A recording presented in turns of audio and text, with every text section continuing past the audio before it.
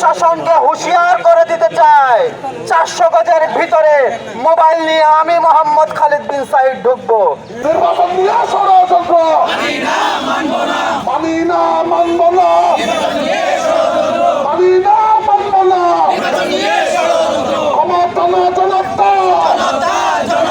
ক্ষমতা না জনতা, ক্ষমতা না জনতা।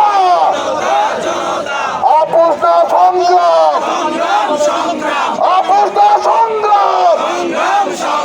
দালালি না রাজপথ, দালালি না রাজপথ, দালালি না রাজপথ, দালালি না রাজপথ। আমরা কি চাই, তোমরা কি চাও? আমরা আপনাদের জানান দিতে চাই, বাংলাদেশের ছাত্র জনতা ঘুমিয়ে পড়েনি। আগস্টের 5 তারিখের পর থেকে শুধু বাংলাদেশের আন্দোলনরত ছাত্র জনতা না, ঘরের মধ্যে বসে থাকা মা বোনরা পর্যন্ত জেগে উঠেছে। আমি আপনাদের সুস্পষ্টভাবে জানান দিতে চাই, প্রশাসনকে হুঁশিয়ার করে দিতে চাই, 400 গজের ভিতরে মোবাইল নিয়ে আমি মোহাম্মদ খালিদ বিন সাইদ ঢুকবো। কে ঠেকায় আমি দেখবো। শোনেন, আমাদের অধিকার হরণ করেন না।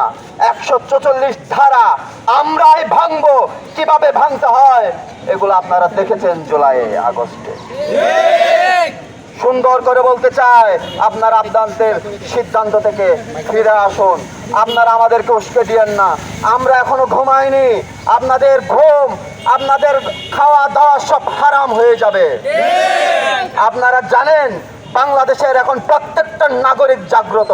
সে ফ্যাসিস্ট হাসিনাকে বাংলাদেশের এখন প্রত্যেকটা নাগরিক প্রত্যেকটা ঘর থেকে, প্রত্যেকটা মহল্লা থেকে, প্রত্যেকটা পাড়া থেকে বিতাড়িত করবে। আবার আপনারা এই ফ্যাসিজম চিন্তা ভাবনা থেকে দূরে সরে আসুন।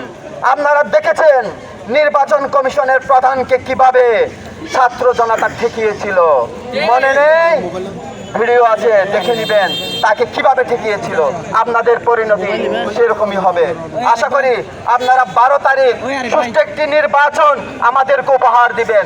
এই যে আপনারা বলছেন আমরা মোবাইল নিয়ে যাব না, এখন তো 26 সালের ছেলে বলে ওরা তো ড্রোন নিয়ে যাবে, তখন কি করবেন? আপনারা মোবাইলের ক্যামেরা ঠেকাবেন, ঠিকই আছে, ড্রোনের ক্যামেরা কয়জনে ঠেকাবেন?